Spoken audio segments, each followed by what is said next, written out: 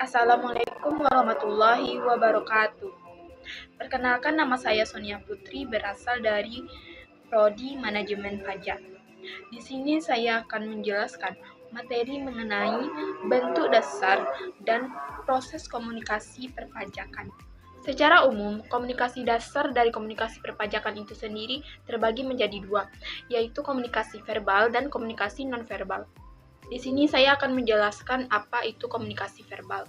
Komunikasi verbal adalah bentuk komunikasi yang menggunakan kata-kata, baik secara lisan maupun tulisan. Komunikasi ini memungkinkan seseorang untuk berinteraksi secara langsung atau tidak langsung dengan orang lain. Kemudian, verbal juga memungkinkan penyampaian informasi yang jelas dari langsung, sehingga sering digunakan dalam situasi formal maupun informal.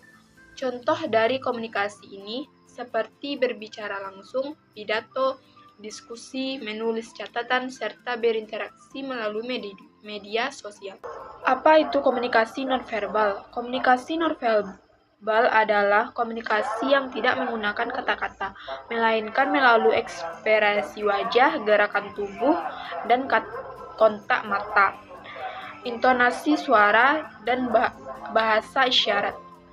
Pada dasarnya, komunikasi nonverbal sering kali melengkapi komunikasi verbal untuk memberikan makna tambahan atau bahkan menggantikan kata-kata dalam situasi tertentu. Selain itu, komunikasi nonverbal sering bersifat spontan, sehingga pesan yang disampaikan cenderung lebih jujur.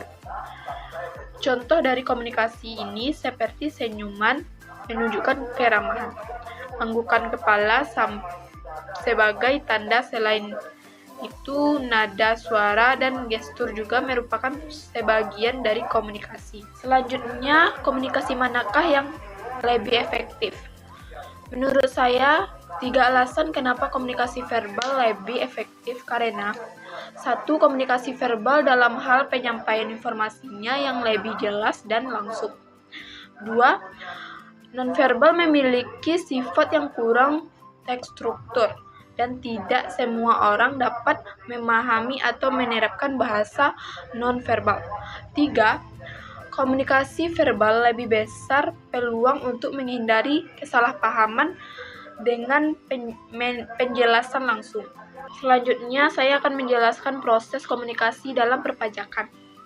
Yang pertama, mengirim komunikator, yaitu pihak yang menyampaikan informasi mengenai pajak.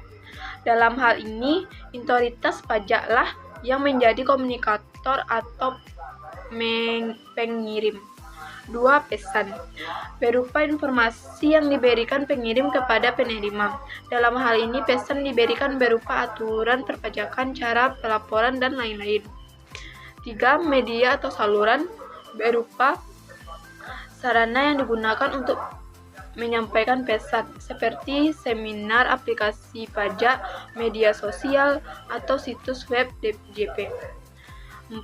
Penerima atau komunikan, yaitu pihak yang menerima informasi atau pesan yang bertanggung jawab untuk memahami dan melakukan informasi yang diterima.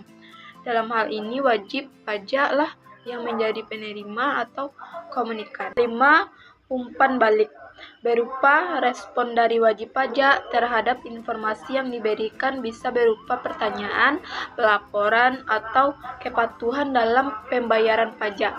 Yang keenam, konteks, yaitu lingkungan yang mempengaruhi efektivitas komunikasi perpajakan, seperti regulasi yang berlaku, tingkat literasi masyarakat, serta perkembangan teknologi dan sistem perpajakan.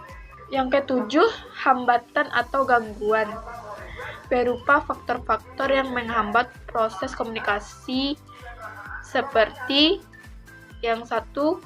Kurangnya pemahaman wajib pajak terhadap istilah pajak. Yang kedua, ketidaksesuaian informasi atau perubahan regulasi yang tidak tersosialisasikan dengan baik. Ketiga, kendala teknis seperti kesalahan sistem saat pelaporan pajak online.